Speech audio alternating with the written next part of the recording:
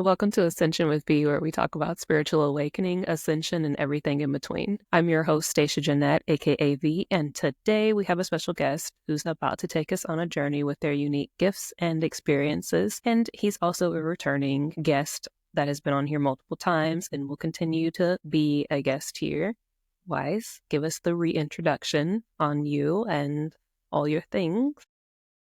Peace, peace. I'm Wise with the.tea.alchemists. I also have a IG platform for that, which I sell tea, and I'm a conversationalist. But, speaking on anything pertaining to the mind, alchemy, and being your best version, the best version of you, your best self. Yes, Wise has essentially the knowledge on a lot of things that I didn't even know that he knew about until we reconnected recently. And I was like, snap. I'm like, you're into the astrology things. I'm like, you're into the ascension stuff. You're into the alchemy stuff too. I'm like, we got to talk about this. And he's a person that like really we can dive deep into any kind of metaphysical and astrological type of topics and conspiracy type of topics. And he's got intel on it, like he's got the knowledge on it, and he knows his shit. So we're going to be diving into some pretty juicy topics today. And the first one that I want to start out with is the owning your shadow topic, to see how we can tie that into the... You still there? Wait, I'm what's here. happening? I'm here. No, okay. I was like, wait, what's happening? Okay. Yeah. So let's do the owning your own shadow topic. What can you tell us about that? What is the shadow? I know I talk about shadow work 101 frequently, but I want to hear your side of shadows and your take on the shadow topic. And then we'll kind of do like a comparison of your view and things of that nature. Indeed. For myself, shadow, it's a part of your psyche. Now, most of the times when we think about the term psyche, what's synonymous to that is your soul. So, it's a lot of soul work that we're doing ultimately. But the psyche is what's been affecting the conditions of your mind as you continue to grow. So through your growth and development, we develop what's called a shadow, a part of our psyche. And that shadow can probably be consisted of suppressed thoughts, emotions, but that's the key word, suppress. And in due time, if we're not careful, if we're not aware of these shadows, it can come out. It can come out subconsciously through how we emit and present ourselves. So we're always emitting an energy about ourselves, whether we're consciously aware of it or not. But there's the best version of self, but then there's also that shadow version. That's the part of yourself where you might have developed no neutrality to your triggers. You haven't neutralized your own triggers and everything. So it's like when certain things often trigger you, and it could be in the moment, but then it would take you to a past experience, because the experience is something that's realized internally, right? But it'll take you to a past experience, and then all of a sudden you're projecting your emotions, or you're reacting strongly to the situation, and it may not even call for that type of energy. Right. When it comes to dealing with the psyche and the shadow, we definitely have to work more on securing our own energy ourselves. So owning our shadow becomes necessary. And then also, which we'll get into the topic of later, not just the shadow work, but shadow integration. Okay. Now, I think for me, you pretty much covered the same type of point of view with the shadow work things. I mean, in my experience, what I always talk about in my courses and my life and everything that I do, shadow work for me is essentially the same thing of going in and dealing with, I always call it like the Pandora's box of things, opening up the Pandora's box of things that have happened to you in your past and your childhood and your life in general, the things that, like you said, were suppressed and you didn't properly deal with as you were going through them. And most of the time, those things are what you said, the subconscious parts of you. A lot of times they don't even know that these are things that are still like festering beneath the surface. I wrote I wrote in my book, I said it kind of comes from when you're dealing with childhood traumas. Like it goes from being the monster under your bed to the beast inside your head. And like this is what it is, because it could have been something that was really not a huge thing at the time, but it affected you. And because you didn't deal with it, I know, like me personally, a lot of times I was told, I think this is in the Black family household. I'm sure every Black child growing up heard this, like, stop crying before I give you something to cry about. Right, right. And it's like the most toxic thing ever, right? Because now, like growing forward, and no shade on anybody's parents, because again, we got handed down things, you know what I mean? And it's stuff that you can only do as good as you know, right? And so no shade on the parenting, but like hindsight of looking back, it really kind of effed a lot of us, because it put us into this trajectory, this mindset, this conditioning, this programming of thinking, I can't express my emotions, like I can't cry, or I can't, so when things came up that made you want to cry or made you want to act out, we did this thing of like, well, we don't feel that, we're not going to acknowledge it. And that, whatever it is that you didn't acknowledge, is now just sitting under there, like bubbling and boiling and turning into this like super toxic thing over time. And so, when you finally do get to the point of having to deal with it via your own self, putting in the effort to uncover what's going on and diving into your shadow self of your own free will, or by God's source universe taking the reins and throwing you into something that literally forces you to deal with it. Either way, you open the lid and it's like, oh my God. Right, right. And that's another thing. Like it's not always bad either. Sometimes the shadow is where we find our gold. Sometimes Exactly. As soon as you get through that top layer of muck and Mhm. grime and shit, it's so much like untapped potential left in there. So many things. Right, right. That's where the change happens, the transmutation happens rather. We're always, as an alchemist, the thought behind an alchemist was to transmute a base metal to gold. Gold. So if you think about like metal and you correspond that to the mental, it's like we're transmuting these base desires or base concepts into something higher. We're even changing the experience from an experience that was probably dull as lead to an Yeah. experience that's bright as gold. And that's where shadow work becomes beneficial to alchemy as well, especially alchemy. I think shadow work is out an alchemical practice in itself. Can you elaborate and expand on that? Yeah, yeah, of course. When we think about the shadow and becoming aware of it, first and foremost, that's the goal, is to become aware of the shadow, to know that it exists, to have that utter awareness to where you can capture your triggers in a moment and you can transmute that trigger into something that'll be beneficial. It's like, you know what, like for instance, I'm driving and normally it old me would probably cut somebody out if they cut me off.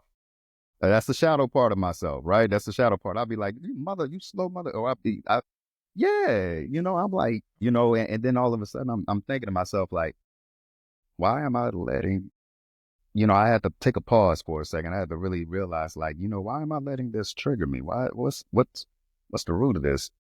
Why do I need to get somewhere? Why do I need to get to this place so fast? Wait a minute, I thought I made Right. enough time.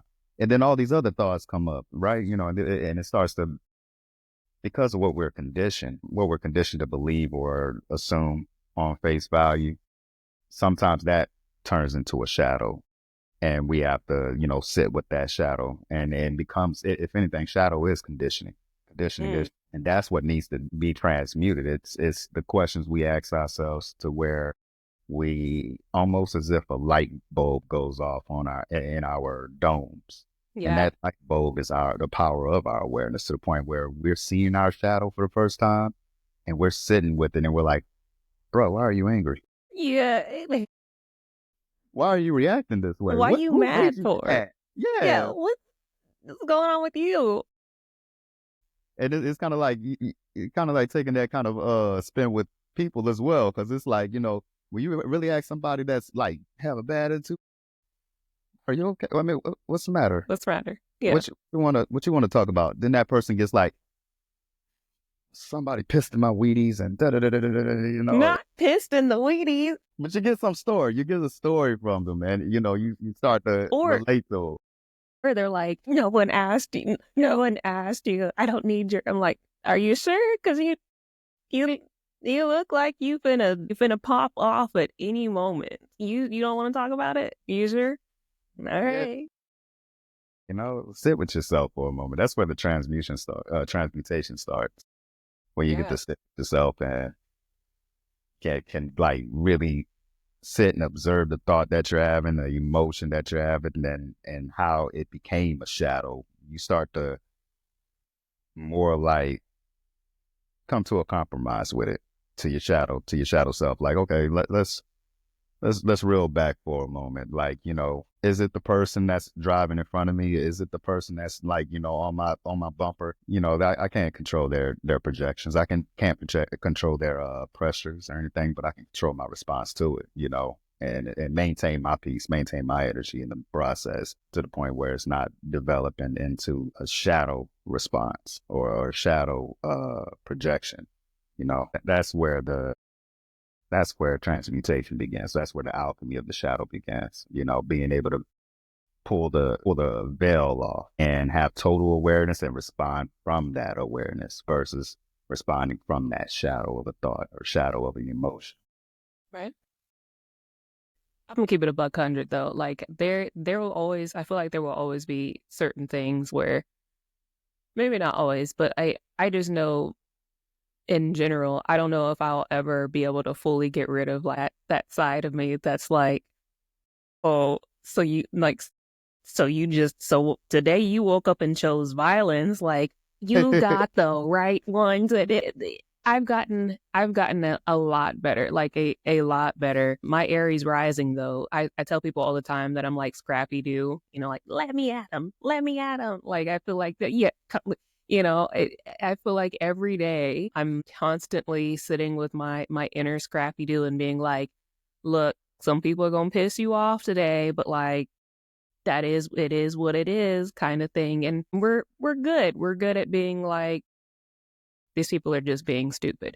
And I've gotten to the point now to where I let a lot, kind of like what you said, like a lot of things I'm just like, hey, that's on them. They just out here. They got things that they got to work through on themselves. This has nothing to do with me. And how their energy is going with them, how their energy is affecting me doesn't have to affect me. And I've gotten really good at being like, that's your really grimy energy that you're dealing with today, but I'm going to keep my good energy going, you Right. know. But the other day there was this guy that was at the Target and he was on one. He was really on one. And I was like, again, my thing is I'm just gonna get out the way. I'm gonna let me get my stuff and let you do you. But again, he was just a person that wanted to choose violence that day. And so me trying to make the exit, he's gonna grab my Target bag and be like, I'm talking to you. Like I was like, you need to unhand my bag if you know what's best. And he was just like, all right then. And I was like, have a good day. Oh my goodness, right? Yeah, yeah, and that's part of shadow integration right there. I mean, like, something you're responding to a moment right there, like, hey, Like, but why is your face yeah, when you were like, yeah, because I'm like the audacity, bro. you know what I'm saying? Literally, when it happened, I was like, You lucky I done this work on me, because me, I would have probably grabbed you. yo, literally, and then my inner Scrappy dude was like, Let me at him.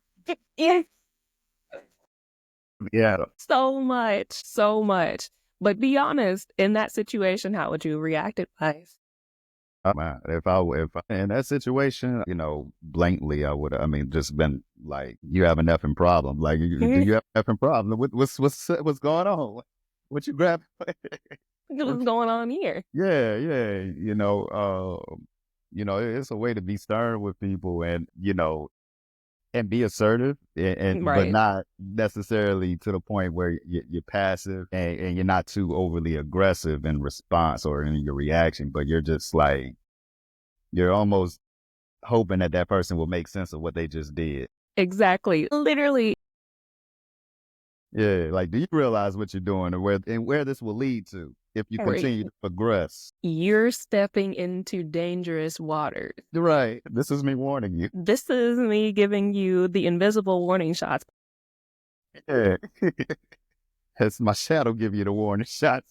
Literally. Like I think more than anything, like the look that I gave him on the slow turnaround was probably what scared him the most, because literally Mhm. I was Facts, facts. like, oh, I see. Right. I Where see. this is gonna go. Yeah. Yeah, that's the thing. Like, I know I have a bit of an intuition when it comes to seeing how certain actions are going to unfold. I take it from a chess player perspective. Once Mm, I make a move, I know what is going to happen on the board. I know exactly what other moves can be made on the other end, on the opposition end. So right. with the same way I play chess is similar to life. Depending on the move that I make, I know it's going to bring forth a couple of other moves that's going to be a counter to that. Mm-hmm. Now, in that certain scenario, me knowing how certain things will unfold, it's like it takes a mature mindset too, and it definitely takes a person that own their shadow to be able to like, hey, I can really go toe to toe with you right now, but I'm really letting you know, Yeah. like, do you know what you're getting yourself into? You might want to unhand this bag. You might want to, Right. change your tone with me, or you might want to come down a bit. Like, Literally. in a sense, you're. I think that's the best place to even respond from. It's just from the higher intellect when it comes to dealing with energy, because you don't want to match energy. You want to match intelligence, Exactly.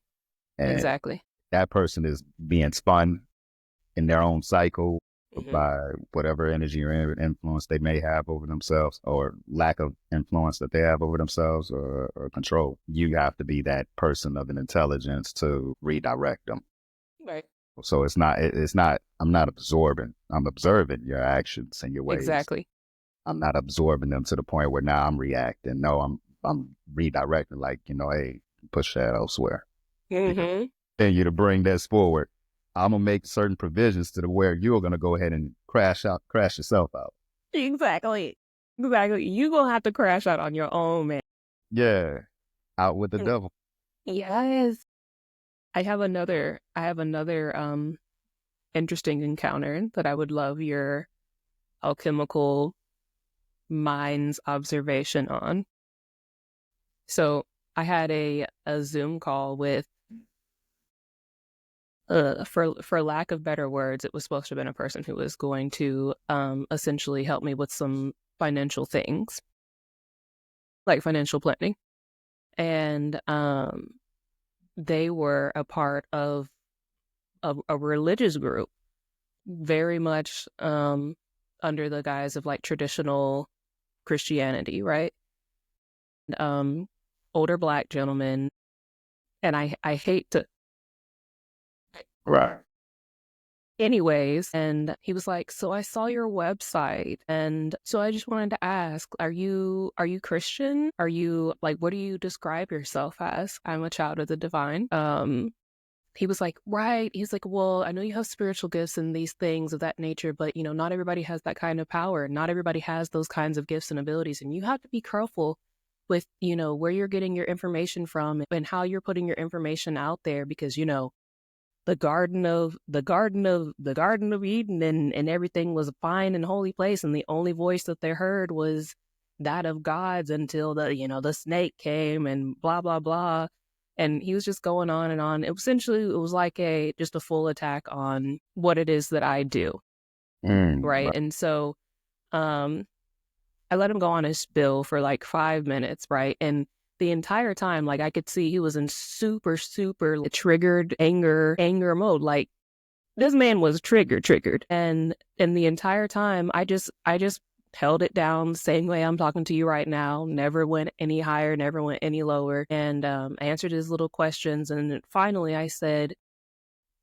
I feel like this is just a prerequisite of whether or not you think I'm worthy to have this type of help or assistance. I said, and then it also feels like your help comes with the strings of, well, just because you have these gifts, you're going to use these gifts for me and my organization, and that's it. Right. And you're going to play by my rules. And he's like, there's rules and regulations to having those kinds of gifts, and you have to be careful with them, this, that, and the third. And I said, well, listen, I've been using these my entire life, so I know what I'm doing and I know how to use them. I also know when somebody has a negative entity attached to them, or if they are involved with negative energy. And I said, and I know when people are trying to extort my gifts. With that being said, I'm going to go ahead and bow out here. And he's like, oh, no, no, no. Like, that's not what's happening here. And I said, that's what's happening. That's what's happening. And, but the entire time, like, I've never seen somebody be so unnecessarily angry, like very, very angry. And then I just let him go on with his spill. And then I just bowed out. And he was still talking. And I was like, all right, see ya. And then I just hung up on Right. I just hung up on the call. And everybody else, when I told how this happened, they were like, I'm surprised that you didn't go off him. Why didn't you cuss him out? Why didn't you do this? Why didn't you say this, that, and the third?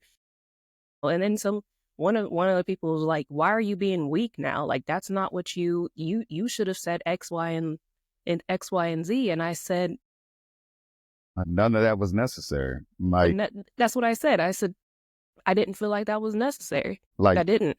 this is all. It's all mental. And so when certain people have any projections about anything, it's normally within their own reality. So it's like they're the only ones that's going to actually be feeling that type of energy that they're Right. projecting, right? So the whole time somebody's trying to argue me down or argue you down, or not even argue, but they're telling you exactly how they feel about you. Exactly. That's their projection. They own Hmm. that projection. Who's going to be feeling that for the rest of it? Because that's your issue. That's you. That's how That's you feel. you. That's how I you don't feel. have to participate. All I have to do is say yes or no. And if Right. I say no, it don't take much energy. I don't have to, come back with no cuss words or nothing like that. I'm just like, "Oh, Right. that's I'm not, good. yeah, peace. Yeah. Yeah. It's a victory for me. I'm not, yeah, that's, I think those type of reactions and people who want to feed off of those kind of reactions, that it's more egoic than anything. And Mm. that's easing God out, because that's easing out your divine self from being present. Now all of a sudden that's actually what starts to even create a shadow, because then you get caught up in this woulda, coulda, shoulda actions. And Hmm. then all of a sudden, every time you get even an ounce, or not even an ounce, but just a nuance of a trigger from somebody that's kind of like that person, that's that person, you're already coming up with a mental argument in your mind on what you would say to that person, and that it doesn't even exist. It Like, doesn't exist. Right. so we're giving it energy, we're giving it power to the point where we start. So Okay. you have the right response to that situation. I wouldn't once I let you go with your spill, and once I draw the line, Right. that's a wrap. Now That's if it's a you wrap. yeah, It's a like, wrap. yeah. So if you want to continue to talk, and I already said my piece and already made my piece clear as day, and you still want to talk, okay, click. Literally. That's what you Literally. did. That's what you did. How I'm same way. Like, when it comes to energy and the exchange that we have as human beings, it's important to protect your energy. And uh, Above all. right, got to protect it. You got to make sure that everything that's emitting from you is of a sound mind, and it's tamed with precision. So, it's tamed with precision, and you're also secure about what you're letting in. You Yes. also you have to approach it with a pace to where you're taking your time when it comes to dealing with other people's energies, because of what they project and everything. It might be forceful and impactful, but if you're not careful, now you're operating on their timeline, because they didn't, Hmm. like, a birth record to that energy projection that they done spun on you. Hmm. Energy spirals. It Yes. ascends or it descends. We could either ascend to a satisfaction, mutual energies and frequencies that, we're resonating with, or we could descend into a dissatisfaction, into hell. That's all a condition of the mind anyway. Heaven and hell is more conditions of the mind than anything. And I mean, when it comes to church or, religion and religious folks, a lot of the messages are just lost in translation. It's not, Bad. yeah, and it's not contemporary. You're talking about like people that, in order to make sense of their timing and everything, they're using references, and that's how they're looking to relate to, people of that time. We can't Right. continue to, take that same revelation and apply it to contemporary. Right. Yeah, we have to utilize the natural laws of this universe and just our minds to Right. get the concept of what's being said in those books, because they're not bad books. No, no. There is like in every kind of quote unquote religious text or sacred knowledge book, Mm. there's bits and pieces of similarities and truth hidden within, but it's like literally having to find the hidden truths in a whole bunch of not, Right. and you know what I'm saying? And there are similarities and there's truths in all of them, but it's not all truth. No, no. Some of it is definitely fabrication, but that's the whole thing. You have to get an understanding of it. Exactly. Once you get that understanding, make it practical. If you can apply it, then it's serving its justice. But Right. you can't apply it. If you can't make it make sense, don't try to Right. force that on me. Right. And that's what I kept saying. I said, I think the example that they were given was like, if spirits are talking to you, you got to make sure that those spirits are of good. And I was like, can I just ask this? How did they know in the Bible who was good and who wasn't? Like I said, like when somebody came to one of the prophets, a non-physical being approached these prophets and said, these are the things that are happening. I was like, everybody just took it as like, well, that was what was said, you Mm. know? Oh, you right. Right, right. Y'all haven't got the like, and that's the thing. It's like, what if that person's talking about their subconscious mind? You know what I'm saying? Like, I was like, make it make it make sense for me, you know? Right. There's levels to it. Is levels to it. Is levels to it. Is the understand you got to have the understanding. Right. Period. 100%. Anyways, okay, so you touched on something just a little while ago that I wanted to segue into about essentially like knowing your energy, and I want to talk about the open energy centers versus your fixed energy centers, coming from the human design perspective or aspect of it. Well, yeah. First and foremost, human design is it's a beautifully put together construct that delves into quantum physics. It was by Raul Uru. He's the creator of human design, but the human design system, it touches on energy, like pretty much your energy centers. You have a total of 9 energy centers. That's almost synonymous to the 7 The chakras chakras, and right?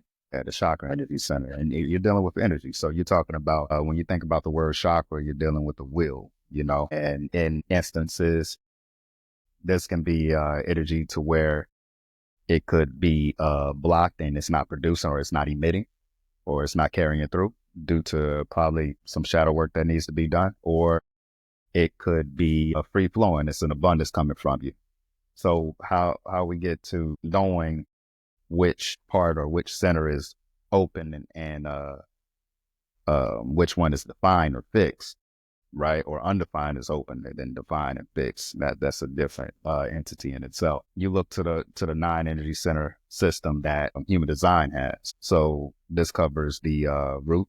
That's 1. The sacral. That's 2. Spleen. 3. 4 is solar plexus. 5 is the heart center. 6 is the self center. 7 is the throat center. 8 is the ajna or the third eye center, and the 9 being the crown center. So these are all energy centers, and they all have different properties as far as like the energy that's emitted or the energy that's received. For instance, if we're starting with like the root center of the human design system, with the root, you could be open or you can be closed or defined. Now, if you're defined, that means you are the pressure. You're emitting that pressure, and like when you move at a pace where everybody feels it and they have to move along with you. It's almost kind of like, if you see somebody running the other way, you're gonna probably be like, oh well, let me go No, ahead and run. Yeah, yeah. let me run as well because something must be up. Like I need to see what's going on. We're all running. And that's a defined. Yeah, that would be more of somebody that has a defined root center. That's just an example. And then the open root center would be somebody that they succumb to pressure. So Mm. that would be the person that is actually following the person that's running versus wait a minute, that's they're not using that discernment to where it's like, you know what, that's not my place to run. First, let me look. Okay. Yeah. What the hell they running for? Right. And then continue my own pace, my own energy, right? Right.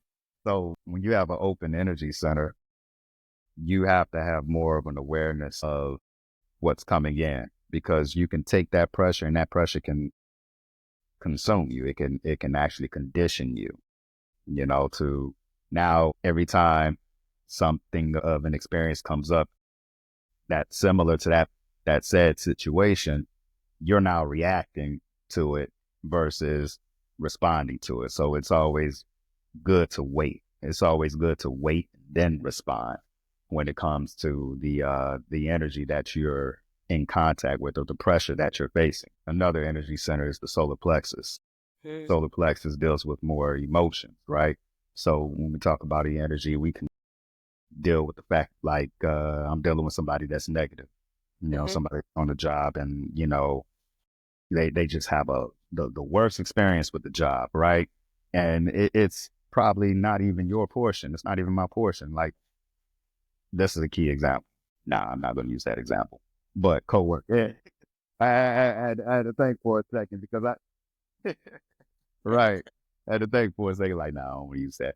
But yeah, if a person is experiencing a negative emotion to something, if I'm open, if I take on that person's negative energy and it consumes me, I'm absorbing their energy, Right. then now I'm feeling the energy that, they probably they're done with it, right? But now that energy But passed now on you, to me, and I'm yeah. feeling it. And for E- what?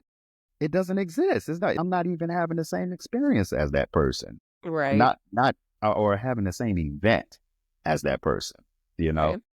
So when you have an open center, energy center, it's important to have and utilize that awareness and discernment to check things at the gate, just like check it and to pass it off, redirect it. Almost kind of like what I was talking about earlier when it comes to a person that is perhaps they're charging you up. They're trying to, they're focused on F in your day.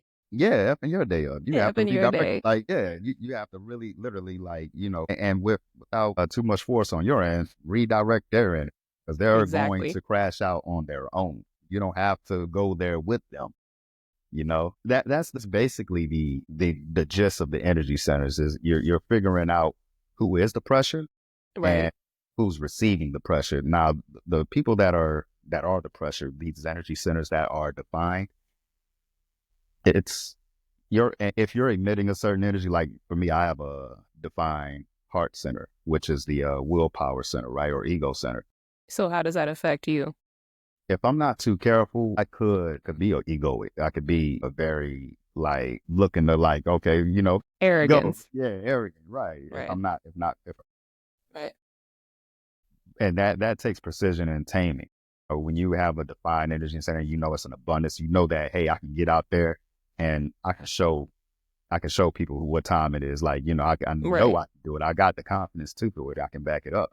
But it's how you tame that, how you direct that to make it productive. Right. So, in a sense, almost kind of like the turtle, like a turtle reference. Yeah. You're taking your time with it. You're taking your time and precision, and you're not trying to rush it because you know, like, yeah, I can do this I with my got eyes. this. Yeah.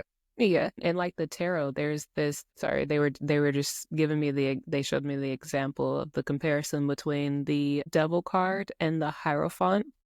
The hierophant and the devil card both have people that come to them, but on the devil card, the people are unwillingly chained to the devil, right? And the Hierophant has the two people that are there coming to them for guidance of free will, and they're both very similar. And there's like a very thin thread between this devil card and the Hierophant card. You can very easily dip from being that righteous leader to becoming, see, now you've tapped it right, because yeah, now you done dipped into devil energy, right, where like now it's like, oh, like this is like, I've got this, and it kind of like you said, now it's just like, using it for not the good. right. It's a thin line. It's a thin It's a line. thin line. That's the battle that we have with ourselves on the daily, is the fact that the greatest devil that you have to take off your own planet is yourself. It is a part of yourself. Yeah, That's who we're fighting with day in and day out. Like, a lot of people are battling their shadow selves. They're battling their own conditions. That then gave them a villain arc in some instance, but we also have a hero arc, exactly. and that's within ourselves. So I mean, like, when we learn to not separate, but to unify the two, That's what I was then gonna say. one, yeah, unify the two and become one, you start to see reality beyond good and evil. You start to Right. more about effectiveness. You start to see it Hmm. from also righteousness, because it's like, I want to make sure that what I'm doing is not going to have me become a savage to another human being. It's not going to, Correct. play their rights and privileges as well. So I have to make sure Do that, no harm. yeah, do no harm, because I don't want that on my conscience. Some On the people, soul resume, yeah, when you go up to the Galactic Federation, like, now listen, in 2025, I saw here that you were on terrible villain time just for no reason. You was out there running through villages, like, damn, running, woo, running through. Whoa, you ain't lying. That's one for the history books. Look, that's one for the history books. I don't know if I want them. I don't know if I want them to go in the history books. We're can writing you our imagine? history every day. Can you imagine sitting there at like Galactic Federation Court and everybody and they're like, now can you tell me why you did this? And you like, just was one of those times. Yeah, I ain't figured none of y'all was gonna stop me. I didn't think that. I mean, I just, Bring them I mean, back. yeah, like, You ain't learned nothing. you didn't learn a damn thing. Go ahead and no, I understand that there's 15 other people that was supposed to go ahead of it. Put them in line for incarnation now. They didn't learn shit. Sorry, I'm like, see, these are That's mine. life.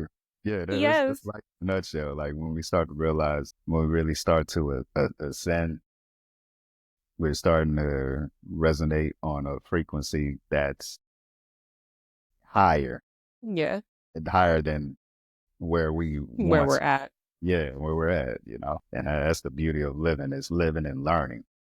right?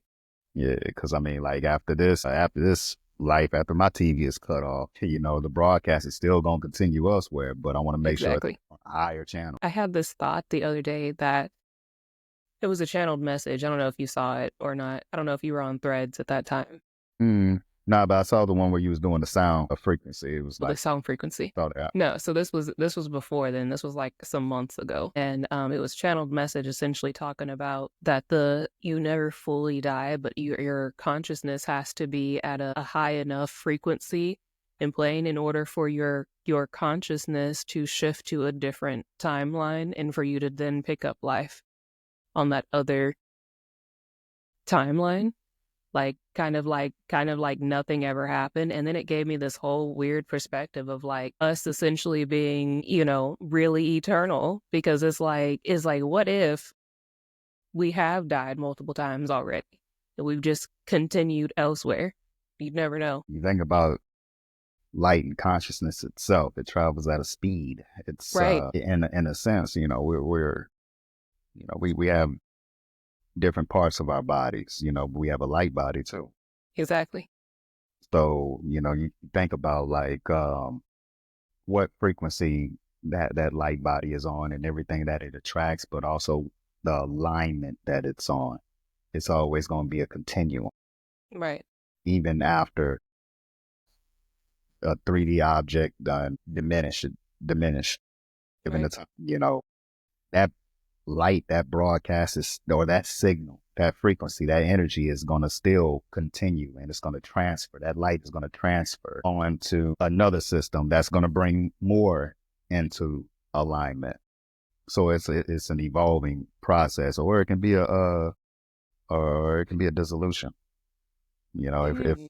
If we're not careful, we could really, and I want to say that's how, when we're focused on low vibrating, That. yeah, energy, or like, concepts Hmm. such as like, things that's carnal, flesh, desires, material. Like, I know if I was even of a materialistic mind, then I know that would anchor me from learning. It would anchor me Right. from advancing my mind to travel these dimensions, to travel in thought, to travel in light Yes. and ascend and make myself light in my body. But if I'm, heavy under the influences of ego and the vices that come with it, then it can consume a person to the point where now, afterwards, when that person's TV cut off, Right. the energy it's not going to carry. Right. So it's not going to even carry far. Right. To be able to transfer. Yeah. Right, right. So that's something I always consider when it comes to life and death, and just overall, like, not being afraid of that, not being afraid of not even being concerned about an afterlife. It's more like being concerned with, how am I present? How am I? Wait. Yeah, right, right. Exactly. How And do I? that's something that I can back like 1,000%. Is I look back on that frequently. Like, had I have been like operating from some really negative energy, would I have continued to transfer over with as many times as I have quote unquote died, and like literally died? But do you know what I'm saying? I think about this frequently. Like, what if I had chosen the village route? With as much shit as I was going through in some of the worst times of my life. Like I said, you've known me for a really long time. So it's some of the worst points and times of my life. And that's what I tell people always is there's always a choice every single day of which way you're going to go. You can take the village route, or you can take the, you know what, this is some bullshit that I'm dealing with, but I'm gonna keep trugging along. I'm gonna keep, working on me and doing me route. Everybody, every day, like, you have the option to choose whether or not you're going to choose to do better and work on yourself, or you're going to just crash out. Like, Right, right. you, you You choose do. your own adventure. You are literally choosing your own adventure in You life. are. You literally are. Do you know what I mean? And so, like, I wonder though, like, I'm like, if I had chosen the crash out route, I guarantee they'd have been like, that's it for her. Like, 'cause she ain't learned nothing. No, they literally, and like, nah, cause she out here doing too much. Like, no, but it is. There's always. That's why I say there's always a thing: evolve or repeat. And Mm. I feel like nobody has the right to be hating on people when they choose. Just like you have the choice every day to choose to grow and heal and evolve and ascend and do better. Don't be hating on people who chose that route just because you didn't. You can still make that choice. Literally today, right now. You can literally be like, I'm not going to crash out. Like, you What know? you come to a mindset where it's like the will versus the ego, right? It's like, Right. what I have to prove. What do I have to improve, or what can I improve on? And then let that for itself to show that I can improve on holding fast, or having a discipline. Let me Mm-hmm. improve. these aspects of myself to the point where I own that energy. I own myself. I own me. Right. I don't have to react to nobody. I'm not on anybody's chain or string. Exactly. So having that power in itself and that control over my own shadows, my own devils, Yeah. being a God here, Yeah. beyond Exactly. that's able to perceive, that's able to, experience and transmute those said experience into something that's divine versus something that's a reaction to an event. We have a lot of reactionaries, but we don't have we don't have anybody that's like just evolving their experiences past, past past what they perceive, you know. What they're experiencing or what they've gone through. Right. Right, right. Trauma. Yeah, Yeah. like, yeah. And because I mean, it took me a minute to get over my traumas from what occurred in my youth and experience that I had growing up 13 to 15 and the stuff that I witnessed. And then I had to really get it's almost as if I had to go back in time mentally, right? Exactly. To that part of myself when I was 15 and like actually be there to like reshape the experience. Reparent, rewrite the story. Right, right. Once you revise the story, then you start to carry yourself presently. You start to become more present, you know? And that's beauty right there because I mean, it's like literally nothing, there's no problem in the now. Never, never. Literally, most of the, not even most, all the problems are coming from something that you're worried about in the future that has not and probably won't happen, or something that has already happened in the past that no longer exists. Right, right. So dealing with your current existing, I mean, your current state. When you're dealing with that current state, there's so much power to exalt from that state. There's like so many changes can come out of that state. So as an alchemist for myself, and especially what I inspire to others, is to transmute that to the most desired, the most highest state possible. If Right. I transform my being into the most supreme state and just stay there in that present, not stay there, I'm gonna still move, but it's just to Right. be present Not in that stay there. state. Yeah.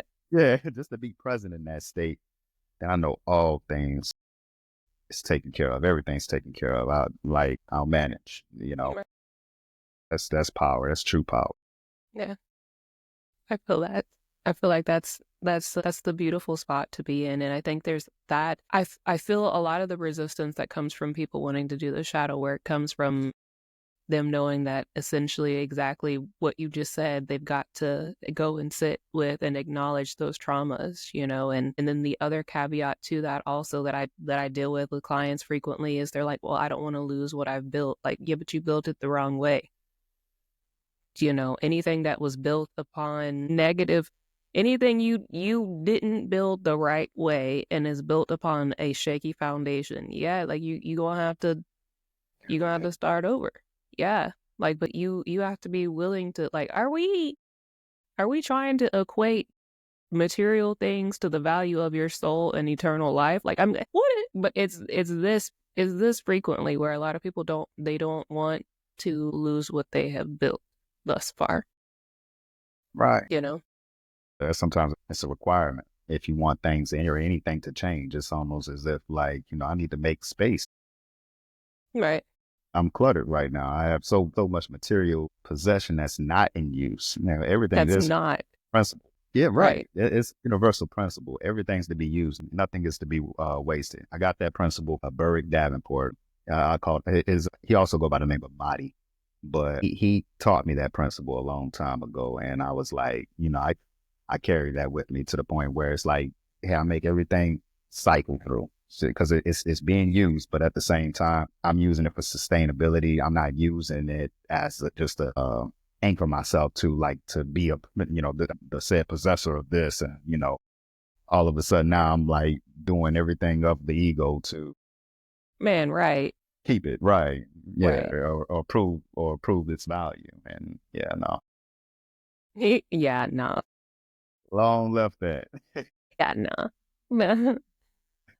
All right, Wise. What else do you want to talk about as we close out? I know we just left. Well, I think that's it.